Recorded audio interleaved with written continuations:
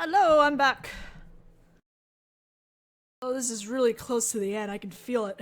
Really close.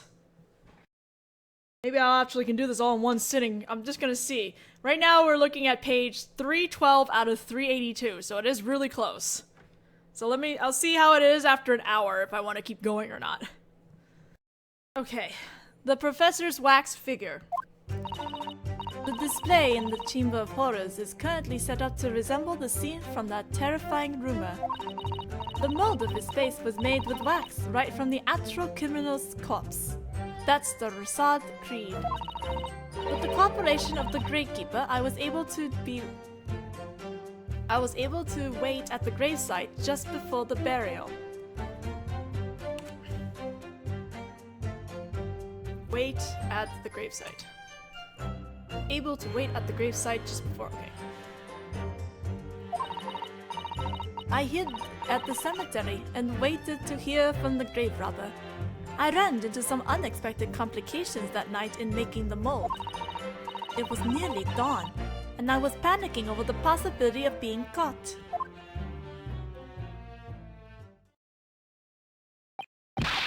The Gravekeeper? Yes. We were dead set on getting our mold of the murderer himself. So I asked the Gravekeeper, and snuck in. I failed to see what trouble it was to anyone. So you're saying that you actually saw him then? You saw the murderer's real face? Baroque is just like, losing it here! Naturally, I'm aware of the fact that his identity was top secret. It's simply that we Rasad must have the real thing. That's all. Lord help us. Oh man, he's so shaken! Actually, I've seen Madame Rasad's special exhibit room myself. A serial killer rising from the grave. It's truly a terrifying sight. That was the rumor that had all of London quivering with fright 10 years ago. I have here a newspaper article that was run at the time. The scene in the special exhibit room was modeled after the description in this article. This article was the most detailed one, written based on the eyewitness's account. 10-year-old newspaper article. An article written based on an interview with an eyewitness who saw the professor rise from the grave he'd been buried in after his execution. The dead rising from the grave. What a foolish rumor. There's some irony to that line right now. Considering who's standing next to him. The masses love foolish rumors. Our museum shows the scene as if it had really happened. And that wax figure was kidnapped a few days before the murder, right? Yes, of all of my wax figures, they had to choose the professor. True, it's certainly intriguing. Now then, defense, your cross-examination. This wax figure is what links Trevor and Dr. Sith. There must be something behind it that we haven't seen yet. Just have to find whatever it is and prove it. Prove that Trevor and Dr. Sith were in this together.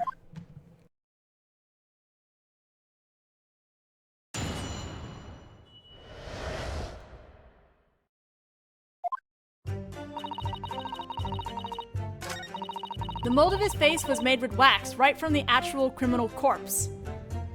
That's so creepy.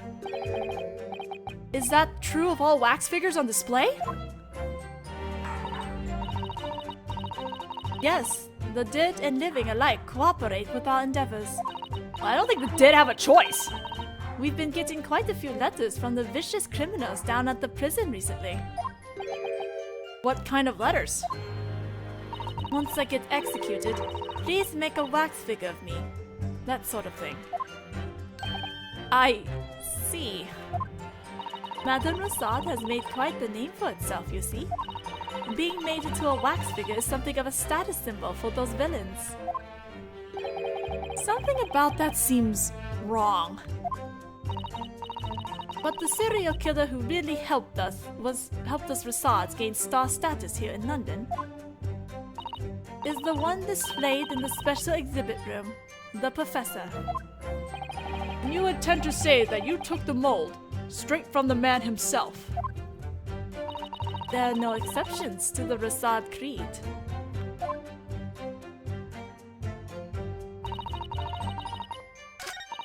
I hid in the cemetery and waited to hear from the gravekeeper, and ran into unexpected complications. Unexpected complications? What happened? I was going to make a mold with wax using the corpse's actual face, but when I removed his mask, his mouth fell open and ruined everything. Huh? Think about it. The man was dead. That meant that all his muscles had relaxed, so I couldn't get his jaw to close.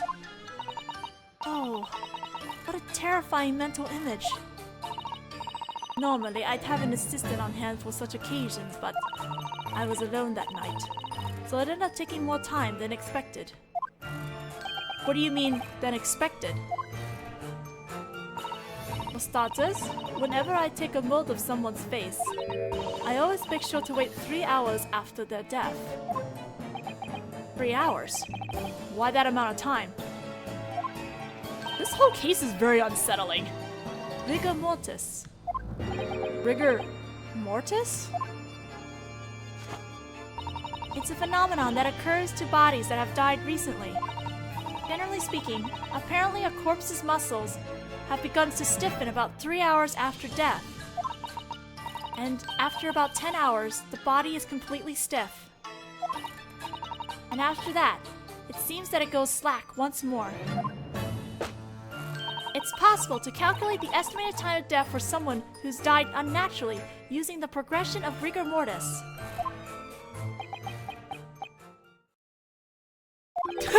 Poor home! Well, I certainly learned something today, even though it was something scary. It's really terrifying. Rigor mortis sets in 3 hours after death, and it starts with the jaw. I see. And that's why you waited 3 hours.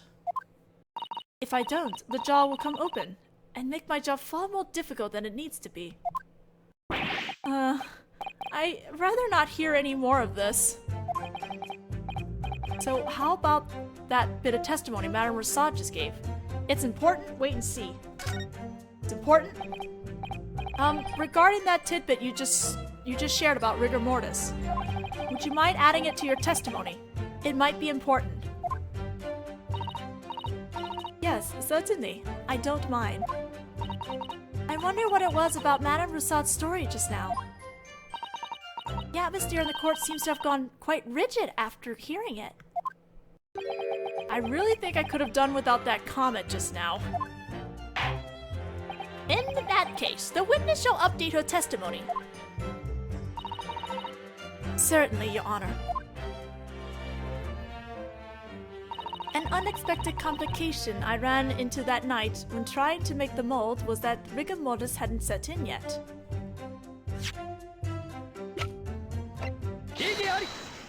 We're presenting the killer's autopsy report. Madame Rasad, I have here the autopsy report that was created 10 years ago. It's a record verifying the professor's death due to execution. And what about it? There's a major contradiction here. Between the remarks written in it and the testimony you just gave. What? What are you talking about, Japanese boy? It was nearly dawn that day when you took the mold of the professor's corpse. At that time, rigor mortis still hadn't set in yet. Is that correct, Madame Rasad? Precisely. Rigor mortis sets in 2 to 3 hours after death and begins with the jaw. Yet his jaw was as loose as they come. He hardly been dead any time at all. On the other hand, I have here the autopsy completed by Dr. Sith. It clearly contains the following statement. June 17th, 12 a.m. Confirmed dead by hanging. What? He truly was dead at midnight. Naturally, rigor mortis should have already set in by that time. Yes, I expected his jaw to be locked tighter than a fortress. Which means that there's an error in this record. A coroner couldn't possibly confirm a person's death in error. In which case, there's only one conclusion we can draw. And that is that the execution did not occur at that time. What? Poor Baroque is so shaken here. Order! What nonsense! You intend to call into question not only Dr. Sith, who wrote the autopsy report, but also Barclay Prison, where the execution was carried out? But that's ridiculous. Huh? Things weren't like this in my day! You seem to be overlooking one absolute fact. Which fact? The fact that the professor unmistakably died that night. That's right. There's no mistake about that. After all, I took his loose, rattling jaw in my hand and... Thank you for objecting. The professor did die, but... what if he didn't die by execution? What? Ridiculous. Then what on earth do you propose happened that night? It's hard to believe, but this might be the link I've been looking for.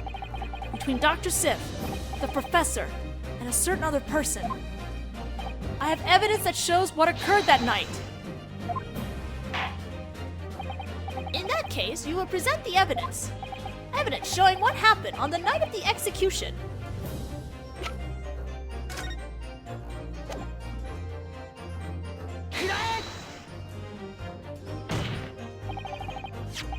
The events of that night were recorded in this newspaper article. Executed criminal returns to life in the dead of night at local cemetery. Well, what do you think of that?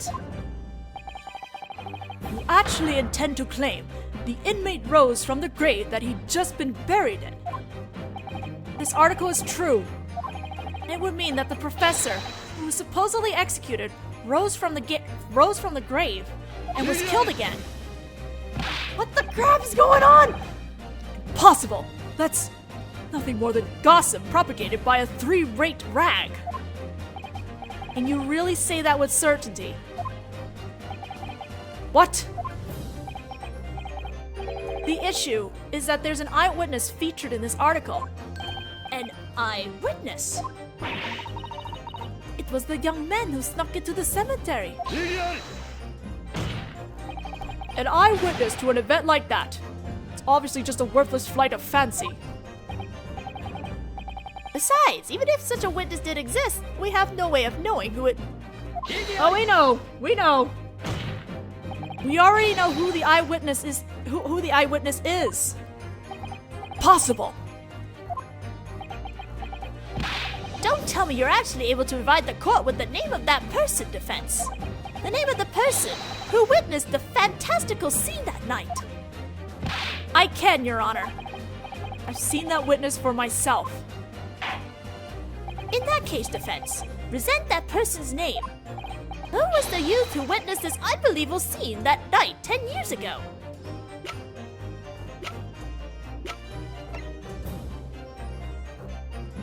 I don't have a translation for that bio, I'm just really curious. Enoch Drebber's only 35? What? It's none other than Enoch Drebber. Drebber. You mean a previous witness? In the Chamber of Horrors at Madame Rousseau's House of Wax is a marvelous recreation of the incident 10 years ago.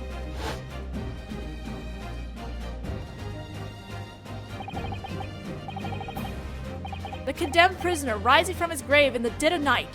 And additionally, there's also a wax figure of the young man who saw that terrifying scene. And that wax figure is of a young Enoch Drebber.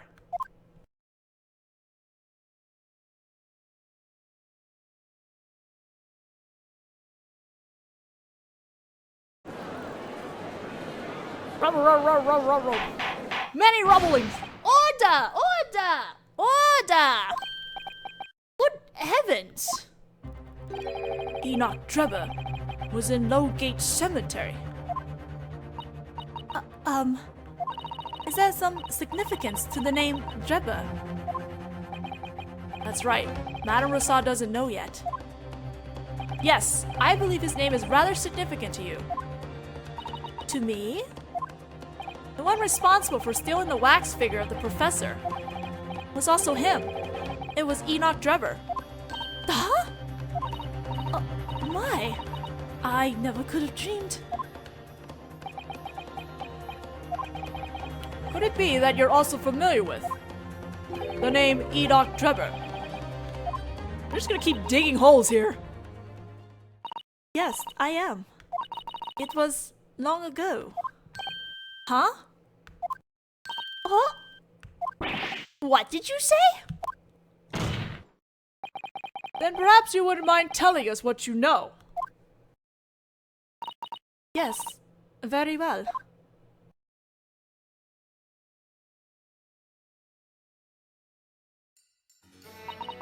"10 years ago, a certain young man came to the cemetery and witnessed that horrifying event. Any newspaper at the time worth its salt ran about the rumor for days on end." Wait, wrote about that rumor. Okay, ran that rumor. Okay, I'm gonna change this.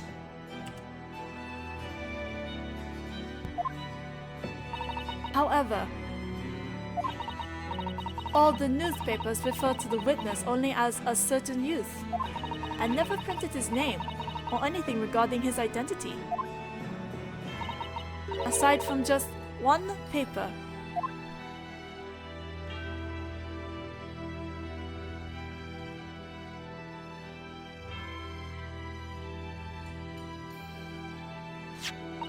That was the Daily Circus. It ran the article I gave you earlier. This article contains his name? Ah, there it is. The name of the university student who experienced this shocking event is Enoch Drebber. A youth living in the student halls at London University, where he studies science. That's what it says. You're right.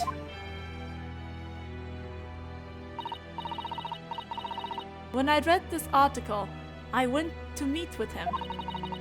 This young man who witnessed the condemned prisoner rising from his grave. Whether his story was true or not, it was a perfect scene for the Chamber of Horrors. So you went to meet Dr. Drebber and made a wax figure of him? Yes. At the time, he was a desperately impoverished student, studying science at London University. I paid him £5 for the right to make a wax figure of him. And that's the scene that's been recreated in the Chamber of Horrors.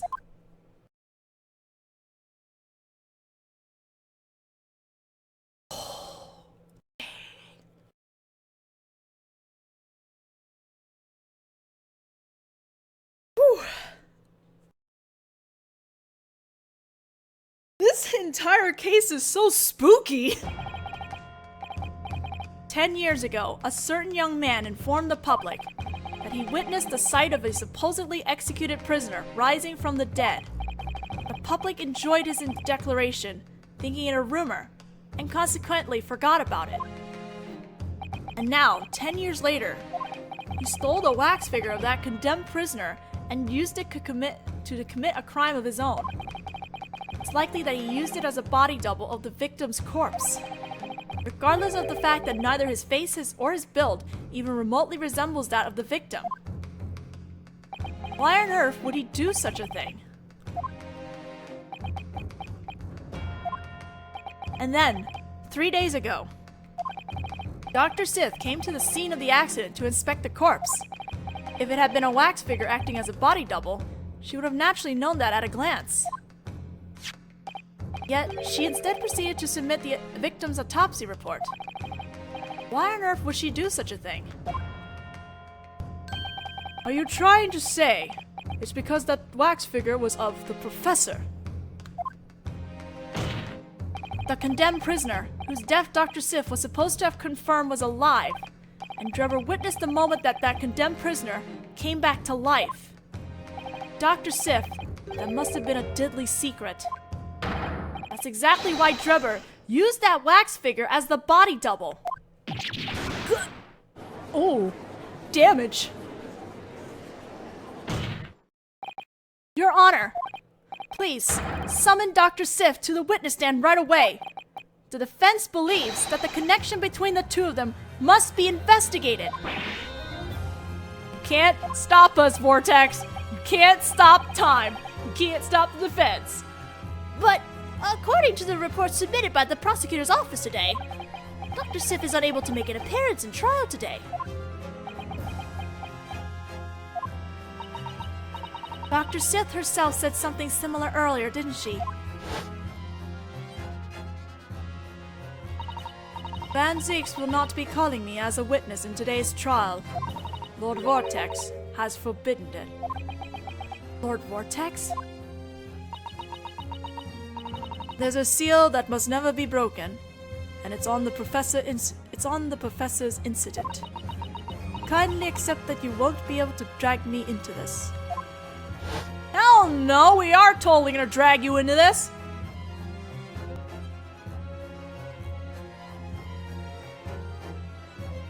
What happened on the night of the execution 10 years ago? I'm sure Prosecutor Van Zieks wants to know that more badly than anyone.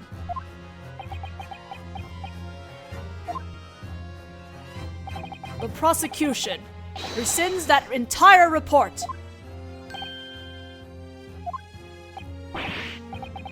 But wasn't that proposal submitted by the prosecutor's office as a whole? Then who decided to... Oh, okay, wait. Missing stuff in the text. The one who decides the plan for each individual trial is the prosecutor in charge. Namely, me. Prosecutor Van Zieks. I move to subpoena Enoch Drebber and Dr. Sith. Take that, Vortex! Order! Order! Order! The court accepts the prosecution's motion. Bailiff, send a subpoena notice to the Scientific Investigation Unit. Dr. Sith will appear before this court. Enoch Drebber, Dr. Sith. The two of them are in this together, and this murder should have been impossible.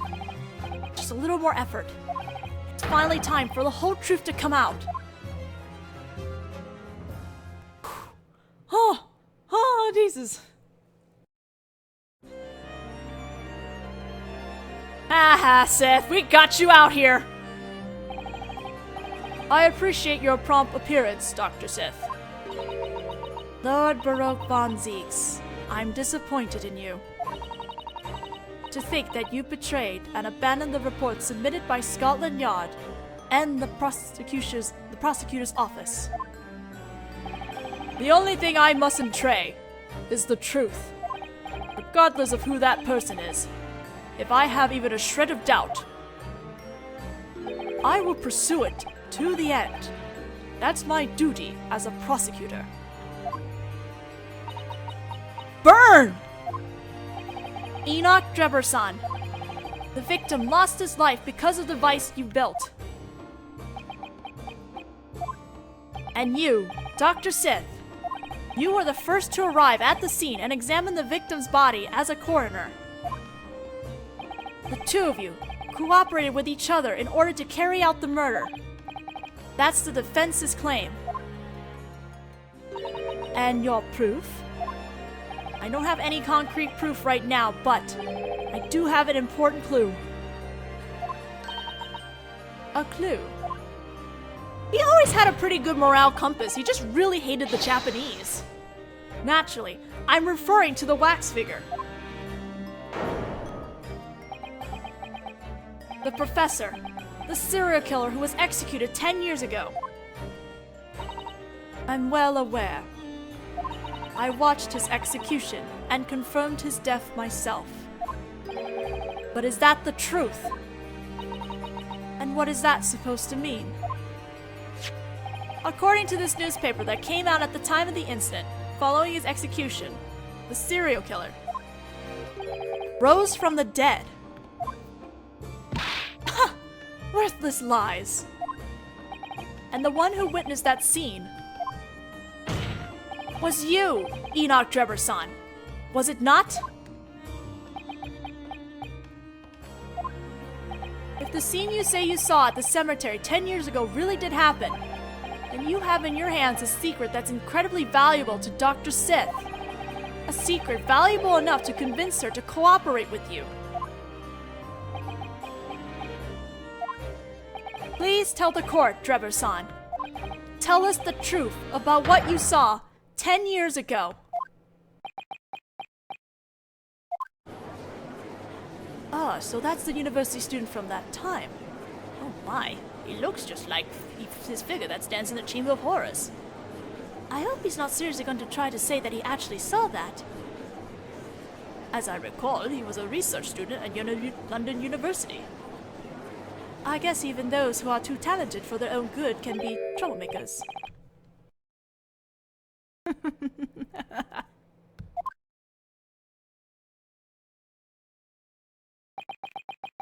How amusing. Story that not one person at that time would take seriously is suddenly of great interest now, 10 years later, in a place like this.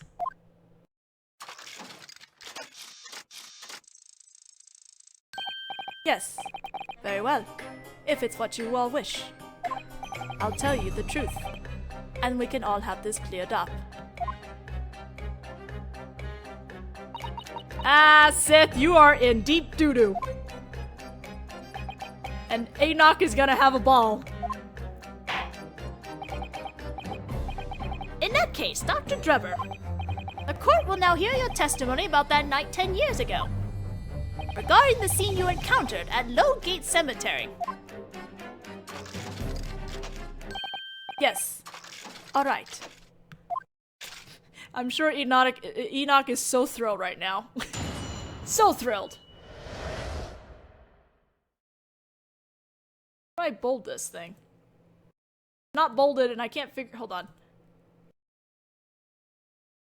I'm helping with her script. Sorry. Okay.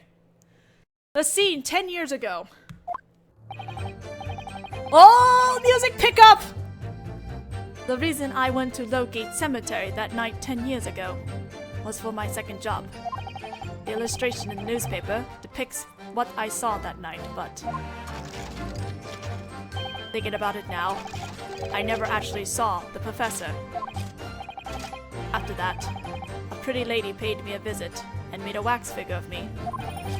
After that, I gave up my dreams of becoming a scientist. Well, to be honest, that article was the reason. What the crap? But back up a second there.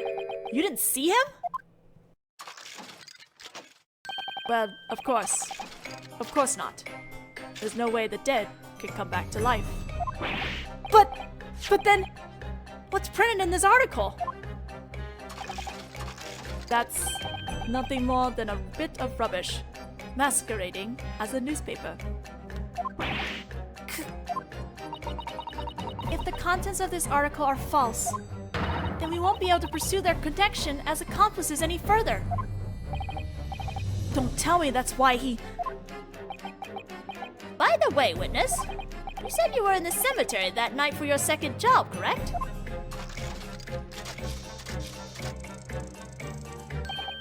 Yes, I suppose you could call it grave robbing. Lowgate Cemetery is located behind the prison. Therefore, it was famous among students as a place where the ghosts of death row inmates appear. Grave robbing? Yes, I dig up bodies that had just been buried and sell them. Oh, but not to worry.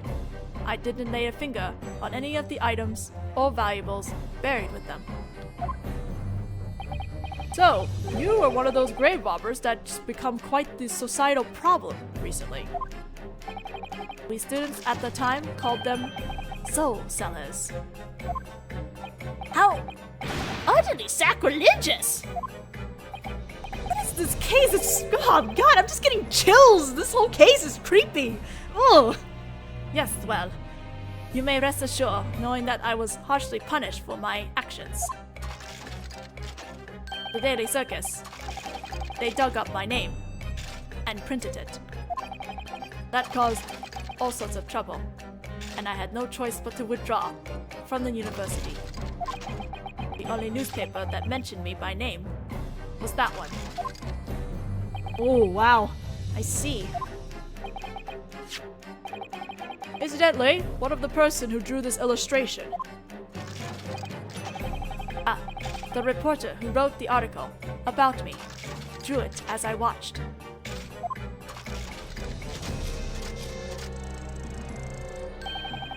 I truly regret it all now.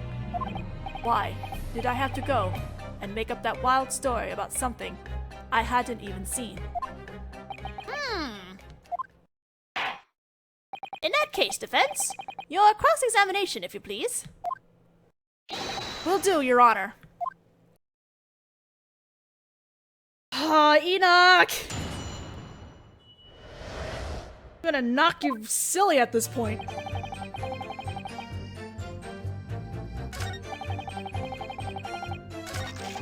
I never actually saw the professor.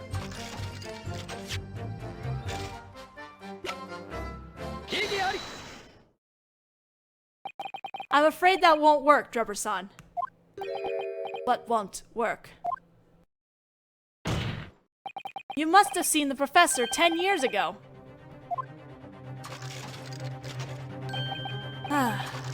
Quite the troublemaker, aren't you? I was the one this happened to. I'm telling you, I didn't see him. The scene depicted in this newspaper illustration was drawn based on what you witnessed that night. The figure rising from the grave is wearing an iron mask. 10 years ago, it was decided in his top-secret trial that he would be made to wear a mask. There's no way that mask would have been removed during his execution or burial. No one but those employed by the prison were allowed to look upon the serial killer's real face. Naturally, these details were never made public. And there you have it, Drebber-san. There's no way you, a student of the London University, should have known about the mask. Unless you actually did see the professor that night. It would have been impossible for that mask to have been included in this illustration. Ugh. Well, I mean, it was back in the day. Order! Order! Well, witness.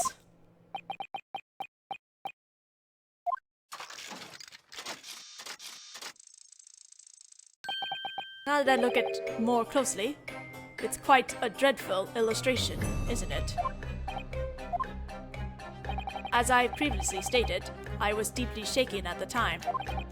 That's why I convinced myself I'd seen something so terrible. But I later realized that I'd been mistaken. Mistaken? Very well, then, witness. Kindly amend your testimony to include the specifics about your so-called mistake. Yes, I most certainly will. Sounds like he's not willing to come clean yet.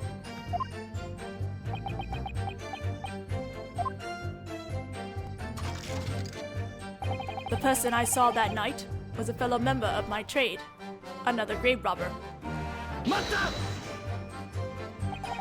A fellow member of your trade? What do you mean? Well, I wasn't the only grave robber out there, you see. When I saw someone emerging from one of the graves, I thought my heart was going to stop. That's why I saw that terrifying scene. So you're saying the person you saw was actually just a fellow London University student, looking to earn some pocket money of their own? The forensic pathology students have been known to wear metal masks when practicing autopsies to prevent the inhalation of pathogens. Must have been one of those lot, with his face hidden. And that's what made me think I'd seen that. But there's more to the story written in the article. The next moment, I heard a sudden ear-splitting gunshot ring out from behind me. The bullet struck the undead prisoner in the chest, and his breathing stilled once more. That could have been the gravekeeping shooting a trespassing grave robber. If gravekeepers went around shooting people, I think they turned into a pretty big deal of its own. Oh! Ah, that. I'm sure it was just an addition by the reporter to spice up the story.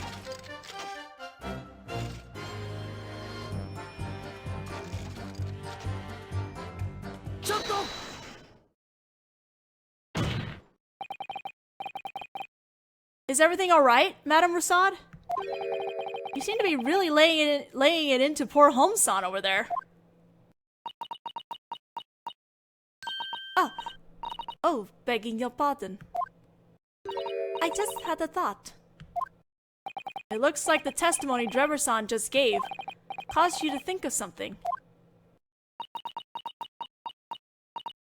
I simply thought it a bit curious. I wonder why Drebber-san would say such a thing. Pardon me for asking, madam, but what is that supposed to mean? It's simply that, when I met you in the university lab 10 years ago, you told me quite a bit about what had occurred in the cemetery. Perhaps you recall? You mentioned the gunshot as well. Now, just a moment there.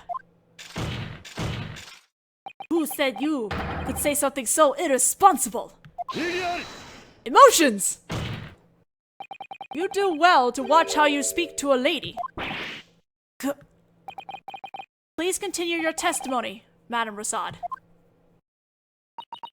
Very well, I will. According to the story I heard 10 years ago, he did indeed hear a gunshot from behind him and see the prisoner shot right before his very eyes. So the professor came out of his grave, then was shot, and then died. Is that okay? I never heard that! Oh, but you told me in such detail that day about the iron mask the prisoner was wearing, and how when the prisoner collapsed, you were splattered with the backsplash of his blood. Shut your mouth! Shut it, I say! It's all lies! That's enough! Mr. Drebber! Yes. Do you deny what Madame Rasad just said?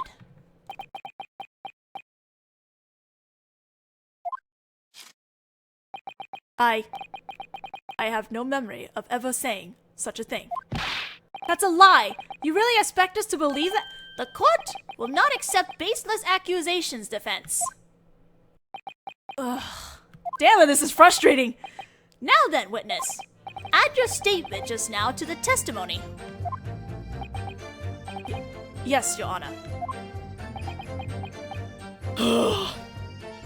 Jesus Christ. This is so frustrating! The claims about the gunshot from behind me and a backsplash of blood were fabrications. After that, a pretty lady paid me a visit and made a wax figure of me.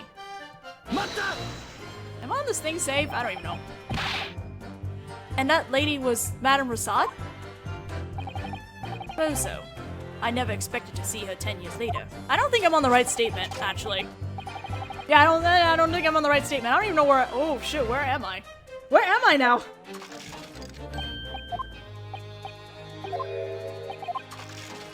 I'm not the right. Why are we objecting? What is going on? Hold on, I'm gonna skip through this. I was like, wait a minute. Something's off about this statement.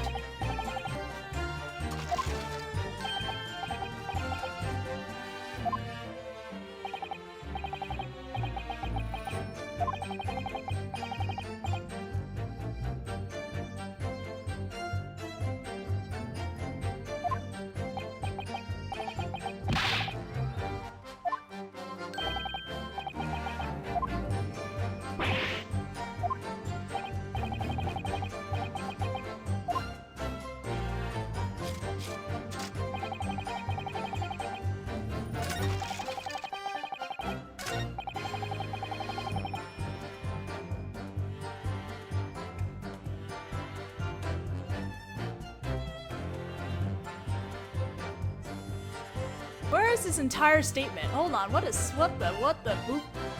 doodah? Hold on. I have to, like, tell this. These testimonies are off here, hold on.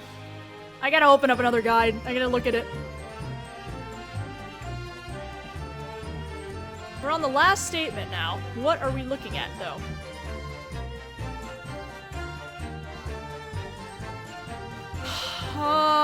Okay, what am I looking for?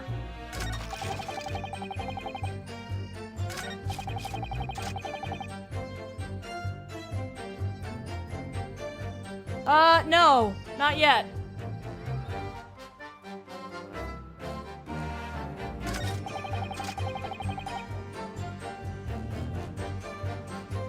What are we on anyway? Which one is this?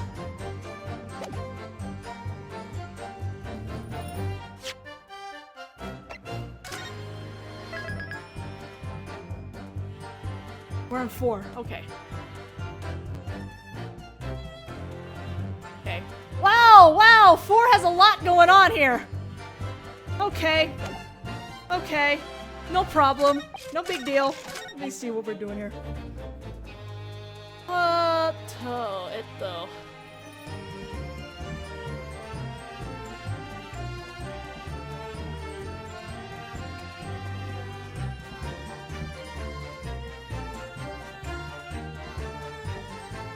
I'm supposed to get something really soon, and I'm not sure where it is. That's the thing. Where in this statement I'm looking for this.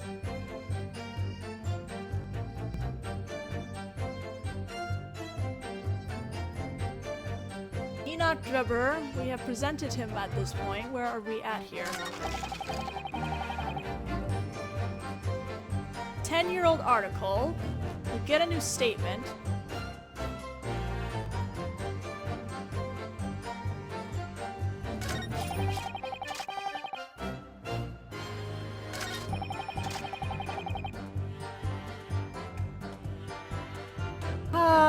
Hold on. I'm very sorry, this is hard. Fellow member of my trade, a grave robber. What the heck is this whole statement? I need to see this whole statement again. Okay.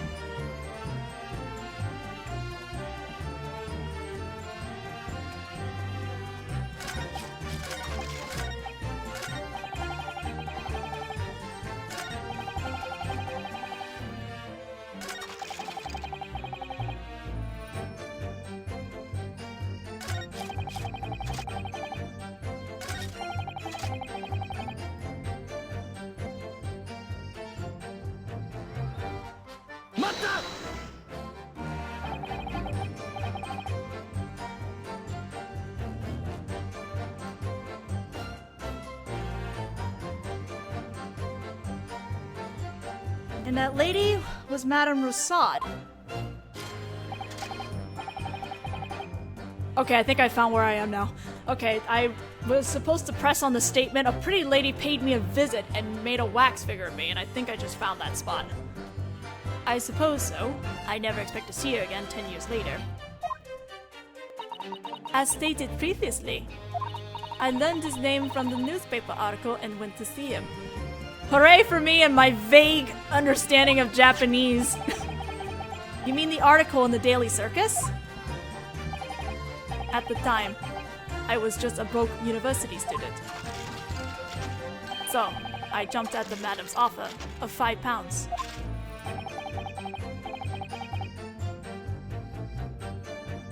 So you allowed her to take a mold of you for her wax figure and put it on display? Yes, that's right. I figured if she was willing to pay for that, then I should let her. Yes, now I remember. Come to think of it, I believe I purchased one other thing from you that day.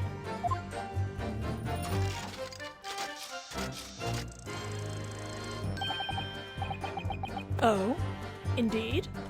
I'm afraid I don't remember. The camera! What else did you buy from him? His camera. A camera? Ah, yes. I always carried one when I went to the cemetery. A camera to the cemetery? Why would you do such a thing? The camera was to record information about which graves I exhumed bodies from.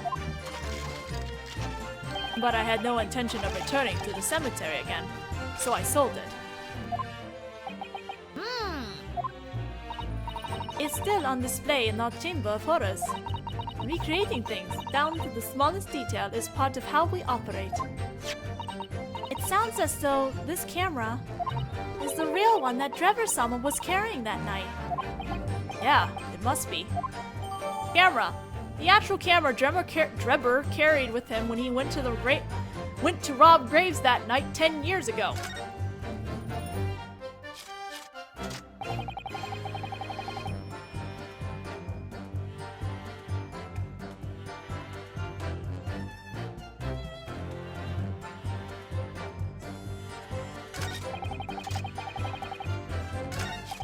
We're gonna look at the camera in a second.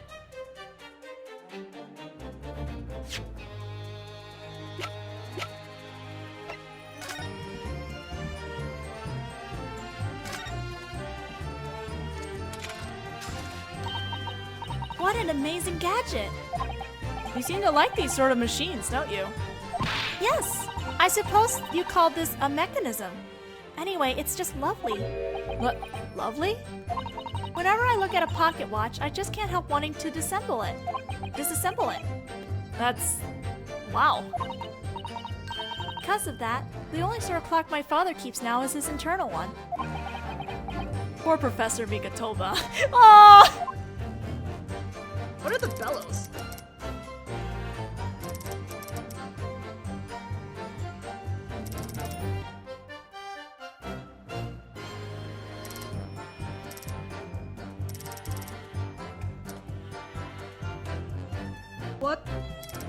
What? Oh! Oh! Hi! Oh my! What's wrong?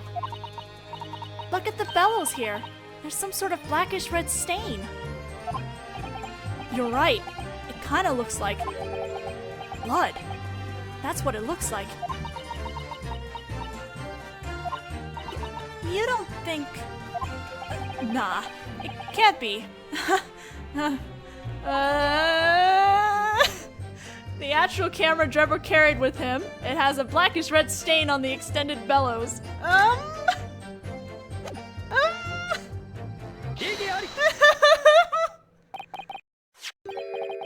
Drebber-san, do you remember this camera?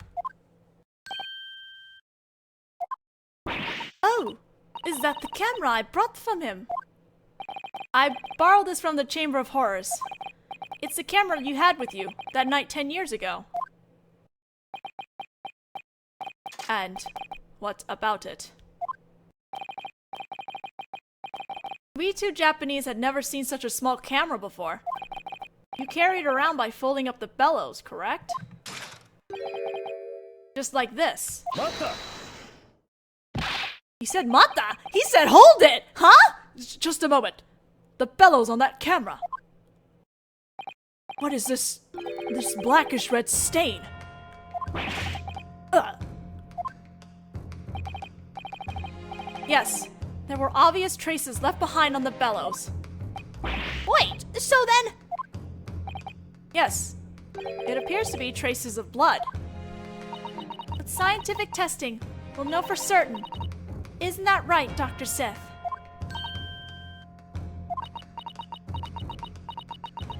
It would be difficult to say for certain whether the blood was human or not, but... as for whether it's blood or not, it is possible to determine that. That means Madame Rissaud's testimony was correct. That night 10 years ago, you caught the back splatter of his blood on you.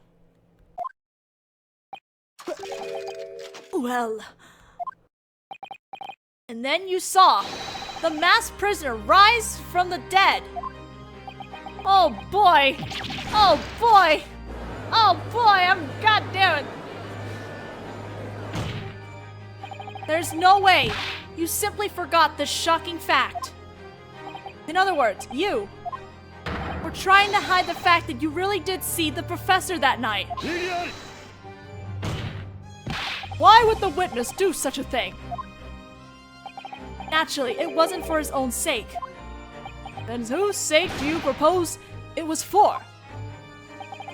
Dr. Drebber lied in order to cover for someone else. To cover for someone?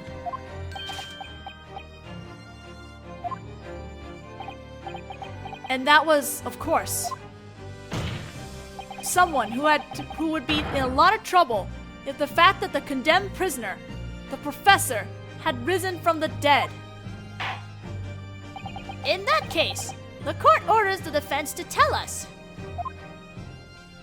Who was this witness trying to protect his lies? Trying to protect with his lies?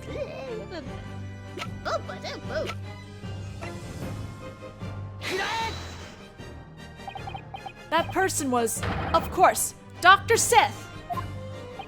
Dr. Sith. Meowsy! My god! If the condemned prisoner who was supposed to have been executed had not actually died, and the public got wind of that fact. What are you trying to say? Not only that, but if that prisoner was a serial killer, the professor, who whipped all of the Great British Empire into a terrified frenzy. That would be a scandal of historical proportions. Ridiculous. This should go without saying, but the dead can't return to life. In which case, that would mean that the execution had never happened in the first place. That's exactly right. A condemned prisoner escaping his execution. Such a thing would never happen in Great Britain. But the fact remains that 10 years ago, someone witnessed just that. If this all turns out to be true, then it would be impossible to just lay the blame on the coroner and leave it at that. That would discredit the indignity of our nation's entire legal system. In order to protect this clandestine secret, Dr. Sith would have had no choice but to yield to any demand made of her, even if that demand was for her cooperation in carrying out a crime. Demand? Dr. Sith didn't decide to cooperate with Drebber in this murder. She had no choice. In order to protect that 10-year-old secret, she swapped the wax figure with the corpse and wrote a falsified autopsy report. Ooh! Ooh! Leg! Leg! Prosecutor Van Zeeks. For the impropriety of suddenly bringing out the Lord's chalice and my various other trespasses, I must beg your indulgence. When did you? This seems like precisely the sort of story London's masses would eat right up. A serial killer. The dead returning to life. A cover-up by Scotland Yard. And a major scandal. Is it? In that case, allow me just one question. Yes. You intend to claim that the risen prisoner was shot that night in his grave. Then who on earth do you propose shot him? Well, I don't see anyone right now who could have done it. Considering the situation, I don't believe we currently have enough information to pursue this line of reasoning. I think you're right. The Supreme Court is not a place for weaving of fantastical tales. Besides, Japanese boy, have you not considered this? Considered what? Just how dangerous it would have been for anyone to attempt to threaten this woman into cooperating with the murder. Such an act would risk making okay. Let me read the sentence right. Okay. Such an act would risk making one the enemy of not only Scotland Yard, but the whole British legal system. Indeed. Regardless of how you may claim that the goal was to get his hands on the research assistant funding, Performing such a blatantly hazardous illusion would just be laughable. well... Additionally, there was no accident. This was no accident. The victim was murdered. The victim was an investor, was prepared to share profits of the endeavor with him in the future. I had no reason to want to kill Conrad Kingsley. After all, if he died, I wouldn't be entitled to a single penny. I believe you're all aware of our contract, are you not? The contract does indeed state just that. It's true. I can feel violent determination behind this murder. Threaten the head of the scientific investigation unit into cooperating with him, after all. I can't imagine he would take such a risk simply for some research support funds that he wasn't even sure he'd get.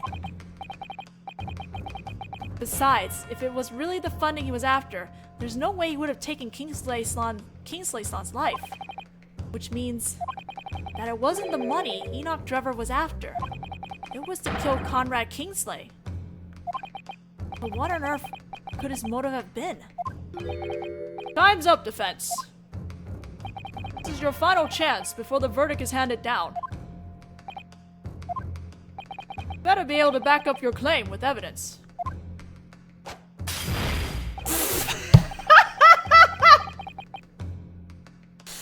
Ooh! I thought he only had two! But no! There it is! Dodging chalices! Oh, man! Oh! I'm so sorry you have to deal with this crap, Damon. Like, seriously, oh my god.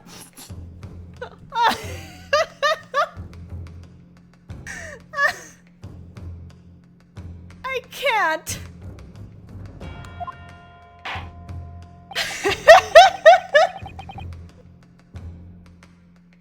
Oh, where was I? The court cannot entertain baseless conjecture this late in the trial. Therefore, we order the defense to present evidence. Just who was Mr. Kingsley to Enoch Drever? Still a connection here that we're not seeing. And I'll need 2 pieces of evidence in order to prove that.